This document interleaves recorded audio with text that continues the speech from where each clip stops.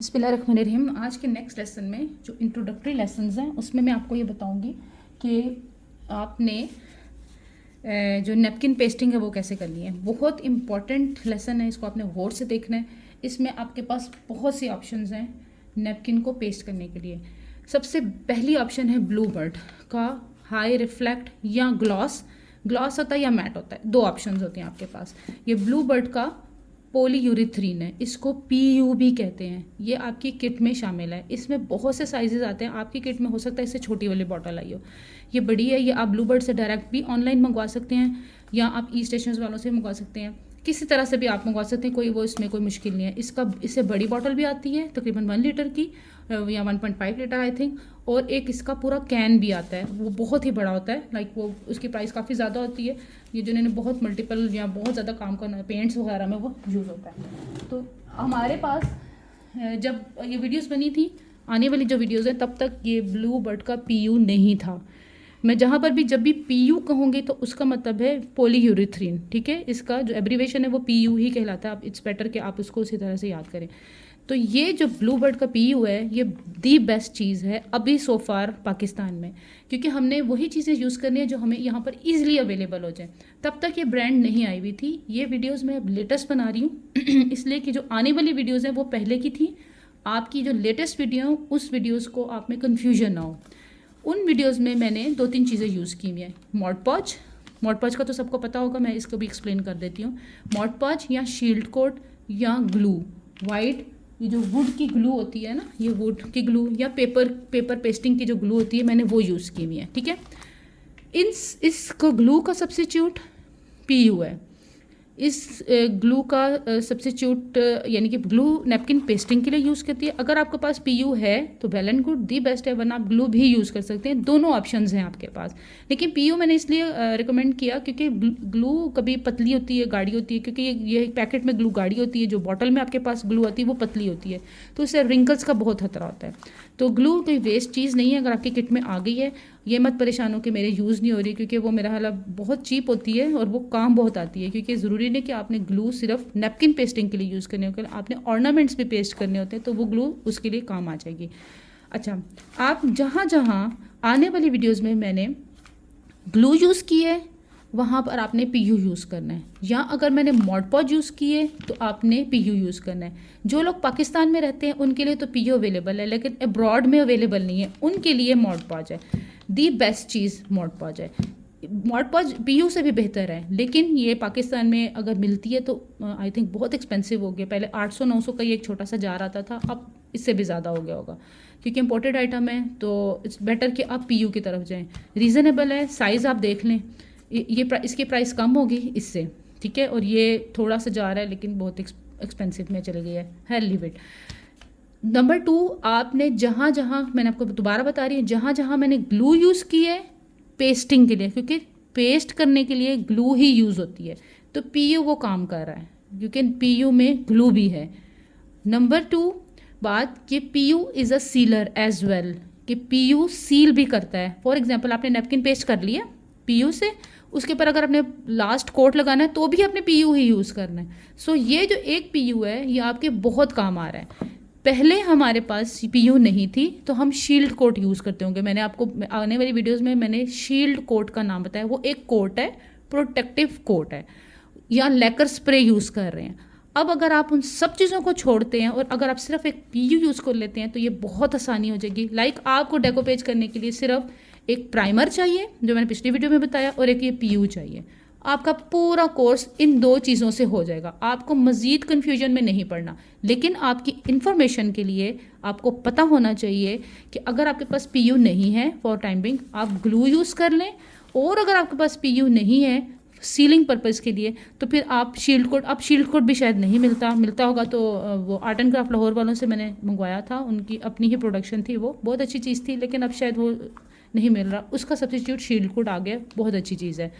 और अगर आपके पास मतलब प्रोटेक्टिव इस कोट है तो उसका कोई नेमल बदल नहीं है। अगर आप यहाँ शील्ड कोट यूज़ कर लें, PU यूज़ कर लें, और यहाँ आप मॉड पॉच यूज़ कर लें जो सीलिंग के लिए, क्योंकि ये दोनों नैपकिन को वॉशेबल बनाती हैं। बार बार यही क्वेश्चन आता है कि हम इस चीज़ को धो लें, तो आप उसको धो सकते हो, लेकिन इसको सोक नहीं कर सकते। लाइक आपने ऐसे नहीं करना कि कोई ट्रे आपकी पड़ी हुई है और आपने ओवरनाइट उसको, उसमें कप्स पड़े हैं या कुछ भी है तो आप उसने उसको अपने थोड़ा उसमें कप रख के आप छोड़ के आ गए हैं, ऐसे बिल्कुल नहीं करना। जो चीज़ आज जिस पे आपने मॉड पॉज किया, इधर वो जार है, कप है, ग्लास है, प्लेट है, ट्रे है, कुछ भी है, उसको अगर आप चाह रहे हैं कि मैं उसको धो लूँ तो आपने इसको फटाफट से रिंस करना है और उसको सूखा लेना है फ़ौरन। क्योंकि जो ट्रेस बन रही हैं हमारे पास, वो बन रही हैं MDF की, ये आर्टिफिशियल वुड की।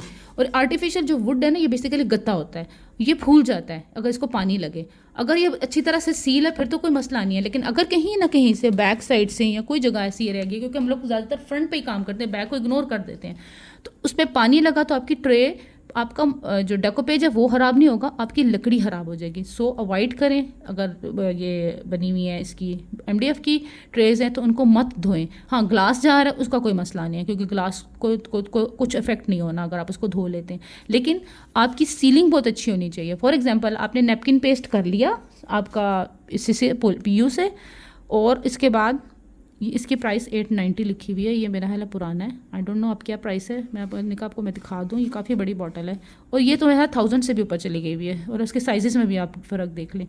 तो मैं सॉरी अब बीच में ये इंटरप्ट कर दिया आपको। मैं आपको ये बता रही थी कि अगर आपने नैपकिन पेस्ट कर लिया PU से, तो इसको आप 2 दफ़ा PU से सील कर लें। 2 दफ़ा का मतलब है 1 दफ़ा कोट लगाया, उसके बाद एक और कोट लगाया ड्राई होने के बाद, तो ये आपका वॉशेबल हो जाएगा। वो मैं अब आपको करके बताऊंगी। मैंने कहा थोड़ा सा मैं आपको इंट्रोडक्शन दे दूं। अब आपको ग्लूज़ की ज़रूरत नहीं है। ग्लू की ज़रूरत, इस वाली ग्लू की ज़रूरत पड़ेगी एक और लेसन में। ये बहुत अच्छी ग्लू है वुड की, ये वुड टैग ग्लू है, या इससे मिलती जो वुड की ग्लूज़ है, अगर आप वो ले सकते हैं क्रैकल इफेक्ट के लिए। क्रैकल इफेक्ट में भी 2 तरह की, एक रेडीमेड क्रैकल पेस्ट आती है जो ऑब्वियसली एक्सपेंसिव होते हैं, तो उसका सबसेट हम लोगों ने वुड ग्लू भी निकाला हुआ है। खैर, इससे काम चल जाता है वुड ग्लू से क्रैकल इफेक्ट देने के लिए। वो एक सेपरेट लेसन है, मैं अब इसके बारे में बात नहीं करूँगी। लिहाजा आपने सब चीज़ों को, जो पाकिस्तान से बाहर रह रहे हैं वो मॉड पॉज यूज़ करेंगे, जो पाकिस्तान में रह रहे हैं वो PU यूज़ करेंगे। अब मैंने बताया था कि PU का क्या फ़ायदा है कि ये पेस्ट भी करता है और सील भी करता है, और तीसरी सबसे इंपॉर्टेंट बात यह है कि ये इमेज ट्रांसफ़र भी करता है। इमेज ट्रांसफ़र के भी आपके लेसन्स आएंगे, आपको पता होगा कि इमेज ट्रांसफ़र क्या होता है। Basically image transfer print out paper होता है जो हम लेज़र प्रिंटर से निकालते हैं और उसको हम लगा के पेस्ट करके बैक साइड से पेपर को रब आउट कर लेते हैं। जो प्रिंट होता है वो सिर्फ वुड पे रह जाता है या उस सरफेस पे रह जाता है और पेपर सारा रिमूव हो जाता है। उसके लेसन्स आएंगे, उसके लिए भी आपने PU ही यूज़ करनी है। मैंने पहले ग्लू यूज़ की थी, जहाँ जहाँ ग्लू यूज़ हो रही है वहाँ वहाँ आपने PU यूज़ करनी है, ठीक है। और जहाँ जहाँ शील्ड कोड यूज़ हो रहा है, सीलर, वहाँ भी आपने PU यूज़ करनी है। आई थिंक आपको समझ आ गई होगी। नहीं समझ आ गई आप फिर क्वेश्चन कर ले, मैं फिर से रिप्लाई कर दूँगी। अच्छा, अब हम लोगों ने बेसिस को पेंट किया था पिछले लेसन में, उनको मैंने सुखा लिया था। ये देखिए मेरी बेस बिल्कुल ड्राई हो गई है। कभी कभी ऐसा होता है कि आपके जो स्ट्रोक्स हैं वो बेस जो है ना वो स्ट्रोक्स नज़र आ रहे होते हैं। आप ये गौर से देखें, शायद आपको यहाँ नज़र ना हो रहा हो, लेकिन ये गौर करें कि मेरी फुल कवरेज नहीं हुई है। फुल कवरेज का ऐसा मतलब ये है कि जो मेरी बेस है ना, ये वाला कलर, ये मुझे थोड़ा थोड़ा नज़र आ रहा है नीचे से। तो उससे होता है कि आप एक और कोट कर लें।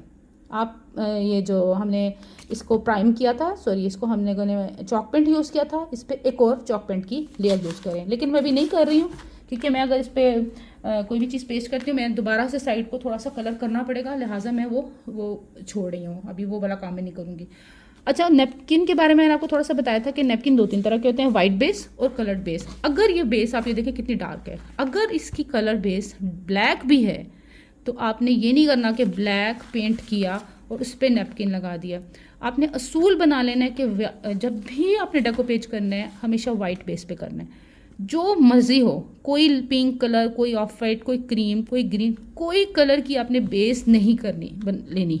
फॉर एग्जांपल ये कलर है, ये समझे आपने पेंट किया है, इसके ऊपर आपने नैपकिन पेस्ट नहीं करना।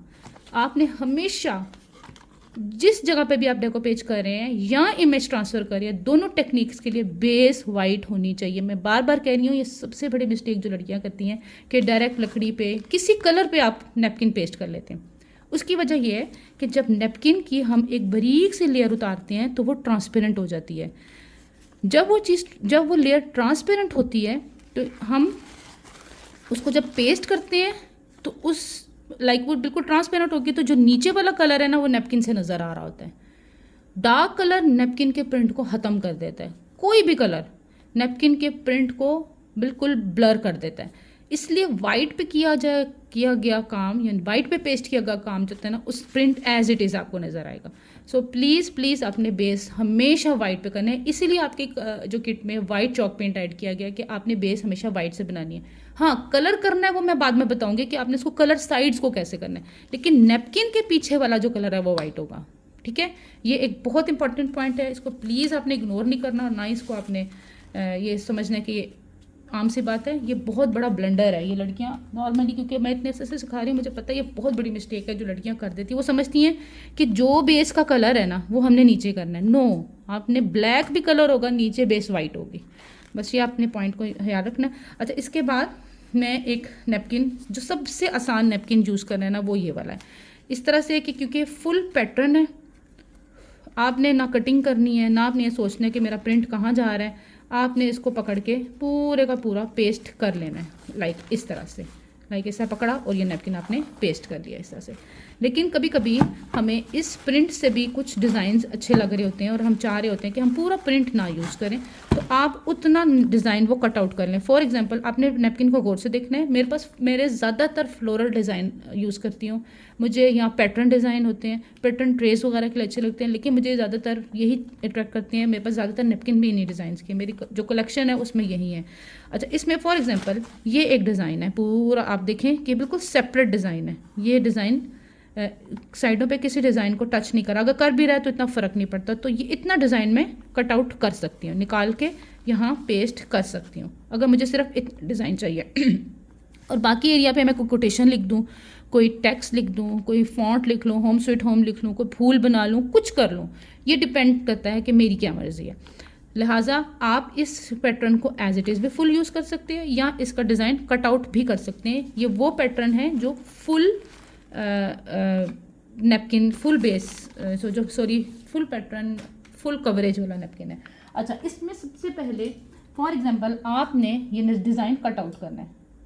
आपके आने वाले लेसन में जो है ना एक प्लेट होगी, स्टार्टिंग का जो लेसन होंगे उसमें प्लेट होगी, फुल कवरेज होगी उसको, तो वो करना तो आसान है कि आपने इस तरह लगाया और वो आपने पेस्ट कर लिया। लेकिन कभी कभी ऐसा होता है कि आप इस फुल पैटर्न में से या फुल डिज़ाइन में से कुछ डिज़ाइन निकाल लें। फॉर एग्जांपल, अगर मैं इस कॉर्नर पे और इस कॉर्नर पे डिज़ाइन चाह रही हूँ तो मैं कोशिश करूँगी कि मैं कोई कॉर्नर का डिज़ाइन निकालूँ। ये यही डिज़ाइन है लेकिन कटा हुआ है, तो काटने इसको नैपकिन को कभी भी कैंची से मत काटें। आपने गीला ब्रश किया, बारीक ब्रश लेना, मोटा नहीं लेना, क्योंकि जब पानी लगता है, और इसको पानी लगा के आपने वो लाइन लगा लेनी है जहाँ से आपने नैपकिन को काटना है। ये मैंने जो लाइन ड्रॉ की है ना, आप गौर करें, ये पानी से लगाई है। अब इसको ग्रेजुअली आप इसको यहाँ से टीयर करें। अब टीयर क्यों करते हैं, कैंची से क्यों नहीं काटते, ये भी एक क्वेश्चन है। टीयर इसलिए करते हैं कि जब हम टीयर कर रहे होते हैं तो ये नैपकिन के जो एज हैं ये बिल्कुल बारीक हो जाते हैं और वो आपकी बेस के साथ बिल्कुल ब्लेंड हो जाते हैं। आप जब किसी चीज़ को कट करते हैं तो वो हाइट होती है। लाइक अगर मैंने ये देखिए, ये कटा है ना, अब इसको मैं इसको पेस्ट करूँगी, पता चलेगा कि ये नैपकिन ऊपर है और बेस थोड़ी सी नीचे। इसलिए जब टीयर करते हैं तो इसके एजेस बिल्कुल बेस के लेवल पे चले जाते हैं, उसमें हाइट नहीं आती। बड़े आराम से आप इसको काटें। अगर आपको लगता है कि आपका पानी खुश्क हो गया तो दोबारा से लाइन ड्रॉ कर सकते हैं। ठीक है। अच्छा, मैंने पहले प्लान करना है, ऐसे नहीं करना कि नैपकिन उठाया और आपने बस पेस्ट करना शुरू कर दिया। सबसे पहले आपकी प्लानिंग होती है कि आपने क्या करना है। मैं फॉर एग्जांपल ये डिज़ाइन यहाँ ड्रॉ कर रही हूँ, मिसाल के तौर पे, पेस्ट कर रही हूँ लाइक दिस, वो मैं बाद में सेट करूँगी। और इसी के ऑपोजिट में चाह रही हूँ कि मैं थोड़ा सा एक और कॉर्नर बना लूँ, तो उसके लिए आप ये देखें कि कोई ऐसा डिज़ाइन हो जो यहाँ पर फिट आ जाए। जैसे कि ये मुझे सेंटर फ्री चाहिए, मुझे यहाँ पर कोई काम करना है। जैसे मैंने स्कल्पचर के फ्लावर बनाने हैं तो वो मैं सेंटर में बनाऊंगी, क्योंकि जो डेको पेज है अब वो बहुत से आर्ट को कम्प्लीमेंट कर रहा है, क्योंकि बेस इसकी बेस से प्रिपेयर हो जाती है ईजीली, और जब बेस बन जाती है तो ऊपर से आपके लिए काम करना बहुत आसान होता है। तो जो स्कल्पचर आर्ट सिखाया जा रहा है फूलों वाला, वो भी डेको पेज के ऊपर बड़ी आसानी से किया जा रहा है आजकल। मतलब कि मिक्स एंड मैच, 2-3 आर्ट को आप मिक्स कर सकते हैं। अच्छा, मैंने ये दूसरा पैटर्न लिया और मैंने निकाल लिया। देखिए आप इसके, देखें नैपकिन की लेयर्स भी अलग हो गई हैं। अच्छा, नैपकिन की लेयर्स अलग करना बहुत ज़रूरी है। अगर आप नैपकिन की लेयर्स अलग नहीं करते हो और लगी रह जाती है, नॉर्मली नैपकिन्स की 3 लेयर्स होती हैं, अच्छे नैपकिन्स की 3 लेयर्स होती हैं, वरना 2 भी होती हैं। तो अगर आपकी ये लेयर सेपरेट नहीं ना हुई, अगर फॉर एग्जांपल ये तो पता चल रहा है ना कि इसके पीछे अब कोई लेयर नहीं, क्योंकि इसकी बैक साइड बिल्कुल ट्रांसपेरेंट आपको प्रिंट नज़र आ रहा है, लेकिन इसकी बैक साइड देखें तो प्रिंट बहुत मध्यम नज़र आ रहा है। इसका मतलब है इसमें लेयर्स है, तो इसकी लेयर्स को आपने सेपरेट करना है। अच्छा, लेयर्स कैसे सेपरेट करनी है वो मैं आपको बता देती हूँ। आपने पीयू लिया, मॉड पॉज ली या ग्लू ली और अपनी उंगलियों पे लगाई। मेरी असल में ये पीयू बिल्कुल एंड पे है, तो ये मैंने थोड़ा सा पीयू लिया। मैंने इसमें थोड़ा पानी डाल लिया था क्योंकि जो पीयू होती है वो थोड़ी थिक होती है, तो मैंने किसी और पर्पज़ के लिए पानी डाला था। आपको पानी डालने की ज़रूरत नहीं है, आपने जैसे ही आई है एज इट इज़ उसको यूज़ करनी है। अच्छा, 2 उंगलियों पे मैंने ग्लू लगाई और ग्लू लगा के नैपकिन को ऐसे पकड़ के खोला, तो मेरे जो नैपकिन है वो यूँ दोनों उंगलियों के साथ चिपक गया, दोनों लेयर्स आपस में सेपरेट होंगी। अच्छा, ये नैपकिन 2 लेयर्स है। मेक श्योर कि आपकी इसके पीछे अब कोई और लेयर ना हो नैपकिन की, क्योंकि 3rd लेयर भी होती है, और वो 3rd लेयर जो होती है ना वो फिर बहुत तंग करती है बाद में। उसमें इतने रिंकल्स आते हैं, लड़कियां कहती हैं रिंकल्स क्यों आ रहे हैं, असल में वो 3rd जो लेयर होती है ना वो उनकी रह गई होती है, और वो रिंकल्स उनके नैपकिन के जो है ना वो उसमें आ जाते हैं। अच्छा, इसके बाद अब मैं मॉड पॉज ले रही हूँ। आप पीयू यूज़ कर लें, क्योंकि मेरी जो पीयू है ना वो बहुत डाइल्यूट है। मैंने उसमें पानी डाला था, मैंने वो उसको असल में फर्नीचर के लिए यूज़ किया था, क्योंकि फर्नीचर में भी पीयू यूज़ होती है, तो उसलिए मैंने उसको डाइल्यूट किया था। तो फिर बेहतर है कि मैं पीयू यूज़ ना करूँ। अच्छा, एक साफ़ ब्रश लेने कोशिश करें, फ्लैट ब्रश लें। ये फ्लैट ब्रश होता है, एक राउंड ब्रश भी होता है। फ्लैट ब्रश इसलिए लेते हैं कि इसमें ज़रा ईजीली एप्लीकेशन ज़रा जल्दी होती है, क्योंकि इसका एरिया वाइड होता है। तो जब हम लोग कोई भी चीज़ पेंट कर रहे होते हैं या मॉड पॉज लगा रहे होते हैं या पीयू कोई भी सीलर लगा रहे होते हैं, तो वो फ्लैट ब्रश उसको जल्दी फैला देता है। अच्छा, उसके बाद आपने ब्रश लिया, उसको अच्छी तरह से साफ़ कर लें और ग्लू ले लें, ग्लू ले लें, मॉड पॉज ले लें, पीयू ले लें। जहाँ आपने नैपकिन लगाना है ना वहाँ पर आप पहले ही रख लें। आपने ऐसा नहीं करना कि लगाया उठाया लगाया, क्योंकि एक दफ़ा अगर नैपकिन लग गया ना तो वो उठेगा नहीं। प्रिंट अपना कंप्लीट कर लें। कंप्लीट करने का मतलब है कि जहाँ आपको लग रहा है कि मेरा बेस्ट प्रिंट यहाँ पर आ रहा है, तो वहाँ पर आप नैपकिन को लगा दें। आराम से नैपकिन उठाएं और जिस एरिया पे आपने नैपकिन पेस्ट करना है उस जगह पे पूरा नहीं उठाना, आपने आधा उठाया आधा आधा करके लगाना है, ठीक है। हाफ पे मैंने लगाया और इसको आराम से बहुत लाइटली अपनी उंगलियों से प्रेस करने लें। उंगलियों पे ग्लू ना लगी हो, अगर कहीं ग्लू लगे तो आपकी उंगली के साथ नैपकिन चिपक जाएगा, तो उंगलियां बिल्कुल आपकी ड्राई होनी चाहिए। इतना हिस्सा लग गया, बस अभी मैंने लगाया है। अभी मैंने इसको प्रेस भी करके इसके रिंकल्स भी निकालने, क्योंकि रिंकल्स आ जाते होते हैं नैपकिन में, तब ज़्यादा रिंकल्स आते हैं अगर आपकी जो ग्लू है वो डाइल्यूटेड है ज़्यादा।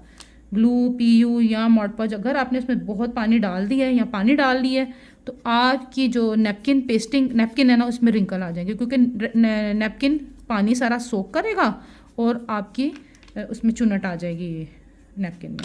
तो पानी मत डालें, कोशिश करें कि डायरेक्ट ही यूज़ करें, पीयू हो या मॉड पॉज हो। आराम से इसको आप बिठा दें और कोशिश करें कि अगर इसमें रिंकल ना आए, क्योंकि एक दफ़ा अगर नैपकिन चिपक गया ना तो इसके बाद आप कुछ नहीं कर सकते। आप ना उसको उतार सकते हैं, वो फट जाएगा, बिल्कुल टीयर हो जाएगा। हाँ, ये कर सकते हैं, अगर नैपकिन गलत लग गया है तो आप उसको ड्राई होने के बाद सैंड पेपर रखें और उसको नैपकिन को रिमूव कर लें। अब नंबर 2 आपको जो चीज़ चाहिए वो ये प्लास्टिक की शीट है। आम आ जाती है नैपकिन, बल्कि आते ही इन शीट्स में, वो लें। एक स्पंज का टुकड़ा लें और इसको यूँ प्रेस करते जाएं। जितना आप इसको अच्छी तरह से प्रेस कर सकते हैं कर लें। अब आपने इस शीट को रिमूव नहीं करना, इसको आपने एक जगह रख दिया, इसको प्रेस कर दिया, क्योंकि आपकी एज पे यहाँ पे ग्लू लग गई है।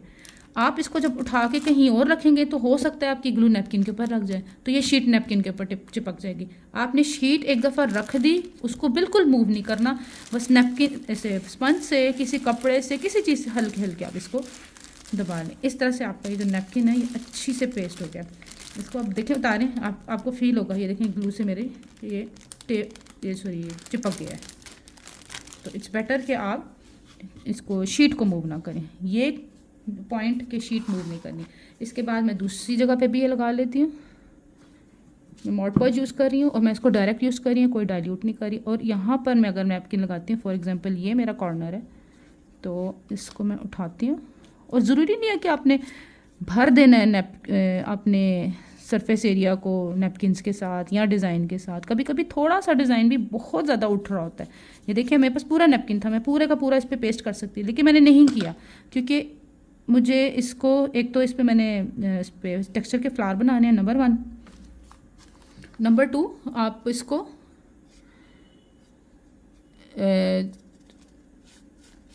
इस पे आप टेक्स्ट लिख सकते हो सेंटर में, कहीं दरमियान में कोई, अगर आपने कोई होम स्वीट होम कुछ लिखना है। अच्छा, मैंने आप देखेंगे हमें से मैंने इसको नैपकिन को फोल्ड कर दिया है साइड से, ताकि साइड में मेरी अच्छी लगे, ठीक है ना। और जो बाकी है वो आप उसको रिमूव करते हैं। रिमूव करने के लिए सैंड पेपर यूज़ होता है, लेकिन वो ड्राई होने के बाद, यानी कि आपने जब नैपकिन को एक्स्ट्रा नैपकिन को कट करना है, फॉर एग्जांपल आपने यहाँ से कट करना है, तो यहाँ पर ये ड्राई होगा, तो यहाँ पर सैंड पेपर ऐसे ऐसे फेरेंगे तो आपका नैपकिन आराम से उतर जाएगा। और कोई तरीका नहीं है, इसको ना काट भी नहीं सकते, काटेंगे तो फिर वो काम लंबा हो जाएगा, और ना ही आप इसको खींच सकते हैं या खींच के फाड़ लें कि जी नैपकिन ही है ना फाड़ लें, लेकिन ऐसा नहीं करना। आपने पेशेंस से काम करना है, ड्राई हो और उसके बाद आप उसको रिमूव कर लें।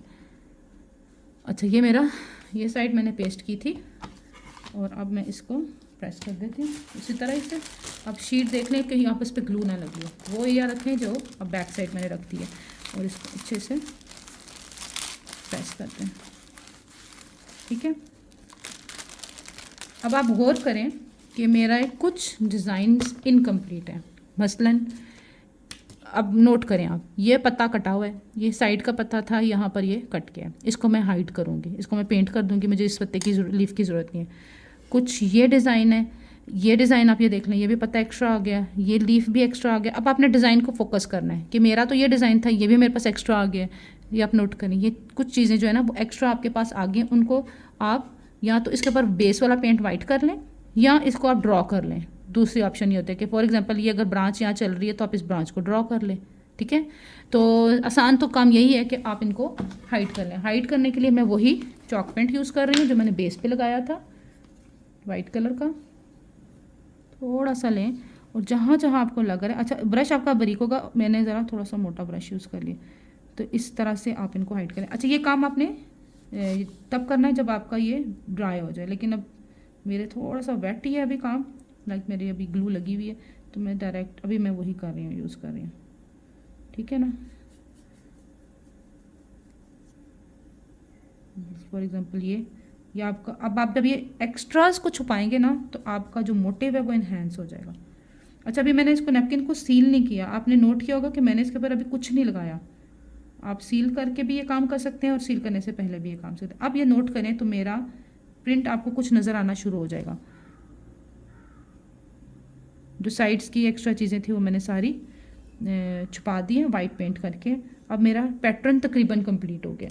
तो ये भी एक स्टेप है, ये बड़ा ज़रूरी है, अगर आप कर सकते हैं तो ठीक है। अब इसको आप सुखा लें अच्छी तरह, क्योंकि मैंने पेंट किया, अब इसको आप सील नहीं कर सकते। सील करने के लिए होगा कि आप इस पर दोबारा से मॉड पॉच की या पीयू की एक लेयर लगा दें, तो आपका प्रोजेक्ट कंप्लीट है। 2 लेयर्स लगा। अच्छा, अभी आपने इसको पेंट करना है। अभी मैंने यहाँ पर सिर्फ साइड्स पे स्मजेस दिए हैं, तो अच्छा मैं आपको साथ ही कर लेती हूँ। इस मौके पर जब आपने नैपकिन पेस्ट कर लिया, इस मौके पर जो बेस का कलर है वो आपने एक्सटेंड करना है। इस नैपकिन के बेस का कलर वाइट है, मैं वाइट कलर एक्सटेंड करूँगी, ठीक है। जिस नैपकिन का जो बेस का कलर है आपने वही एक्सटेंड करना है। अगर नैपकिन के बेस का कलर ब्लैक है तो आपने ब्लैक एक्सटेंड करना है। अगर नैपकिन का जो बेस का कलर है वो ब्लू है या ऑफ वाइट है या क्रीम है तो आपने वही कलर बनाना है। आप ये नहीं कर सकते हो कि वाइट ही करोगे। अच्छा, अब क्वेश्चन ये होता है कि अब कौन सा कलर यूज़ करें। इस वक्त आके आपने अब एक्रेलिक कलर यूज़ करने हैं, ठीक है। जो कलर आपने एक्सटेंड करना है वो कलर आपने बनाना है पहले। ये नहीं होगा कि आपके पास बने बनाए ट्यूब्स में वो कलर होंगे, वो कलर्स आपको क्रिएट करना पड़ेगा। अब आप ये देखें कि मैंने सारी, पहले तो मैंने एक्स्ट्रास को छुपाया जहाँ जहाँ मुझे लग रहे हैं, और अब मैं साइड्स को पेंट कर रही हूँ। ये सब कुछ करने के बाद हम इसको सील कर लेंगे और हमारा डेको पेज रेडी हो जाएगा। इसमें बहुत सी और मल्टीपल टेक्निक्स हैं। आपने स्टेंसिलिंग करना, इस डेको पेज के साथ स्टेंसिल कम्प्लीमेंट करता है, इसके साथ स्टैंपिंग कम्प्लीमेंट करती है। ये 3-4 चीज़ें और भी हम ऐड करेंगे वो आने वाले लेसन्स में, क्योंकि बहुत डिटेल काम होगा। हर स्टेप, हर टेक्निक आपको सिखाई जाएगी ताकि आप डेको पेज को अच्छी तरह से समझ लें। बेसिकली वो लोग या वो आर्टिस्ट जिनको थोड़ा सा फियर होता है पेंटिंग करने में, यानी कि ये पेंटिंग ही है ना, ये जो उन्होंने आपको ये फ्लावर पैटर्न दिया है ये पेंटिंग है, ठीक है ना। अब आपके पास टाइम नहीं है और आप चाह रहे हैं मेरी पेंटिंग भी बन जाए और मेरा काम भी खूबसूरत लगे, तो it's just like a painting. अगर आपको पेंटिंग नहीं करनी आती तो आप ये वाला काम कर लें, आसान भी है और ये कि आप अच्छा पैटर्न दे सकते हैं। लेकिन ये छोटे प्रोजेक्ट्स पे काम होता है। जो बड़े प्रोजेक्ट्स होते हैं उसमें बड़े राइस पेपर या इमेज ट्रांसफ़र यूज़ करते हैं। पाकिस्तान में अवेलेबल नहीं है। मैं राइस पेपर मेरे पास हैं, मैं हो सकता है वो आपको मैं बता दूं कि राइस पेपर होता है कि बिल्कुल नेपकिन की तरह ही होता है वो, और नेपकिन की तरह ही उसको पेस्ट किया जाता है। लेकिन वो होता है कि वो बड़े पैटर्न्स में होता है, A4 A3 A5 इन साइजेस में होता है। और एक और चीज़ होती है इमेज ट्रांसफ़र, वो फर्नीचर पे ज़्यादातर यूज़ किया जाता है। ये सब वो चीज़ें हैं जो आपने किसी आम सी चीज़ को रिसाइकल किया, पेंट किया और उसके ऊपर डिज़ाइन देना है, तो ये सब चीज़ें इस पर्पज़ के लिए यूज़ होती हैं। सबसे सस्ता, आसान और इजी वे ये डेकोपेज है, क्योंकि नेपकिन सबसे सस्ता होता है, राइस पेपर एक्सपेंसिव होते हैं और इमेज ट्रांसफ़र उससे भी एक्सपेंसिव होते हैं। वो तो 10,000 12,000 तक एक इमेज ट्रांसफ़र मिल रहा होता है। तो इट्स बेटर कि हम वो काम करें जो एक तो हमारे लिए आसानी है, अवेलेबल है, हम उस डेको पेज को ही इतना अच्छा इन्हेंस कर लें कि वो किसी को पता ही ना चले कि ये पेंटिंग है या डेको है। असल में मकसद ही यही है कि लोगों को ये बताना है कि ये एक पेंटिंग है, ये डेको पेज नहीं है। फॉर एग्जांपल ये मैंने बनाया, किसी को नहीं पता चलेगा कि मैंने ड्रॉ की है या मैंने इसको नैपकिन लगाया। तो इस तरह से आपका ये पैटर्न, ये पहला लेसन नहीं है, ये इंट्रोडक्टरी लेसन है, ये कंप्लीट हो गया। इसके बाद मैं एक और आपको लेसन बताऊंगी जिसमें कलर बेस पे काम करूँ, ताकि आपको पता चल जाए कि वाइट बेस और कलर बेस में फ़र्क क्या है, क्योंकि आने वाले जितने भी लेसन्स हैं वो इसी लेसन के ऊपर बेस करते हैं। तो आई होप आपको ये मेरा लेसन आज का अच्छा लगा होगा।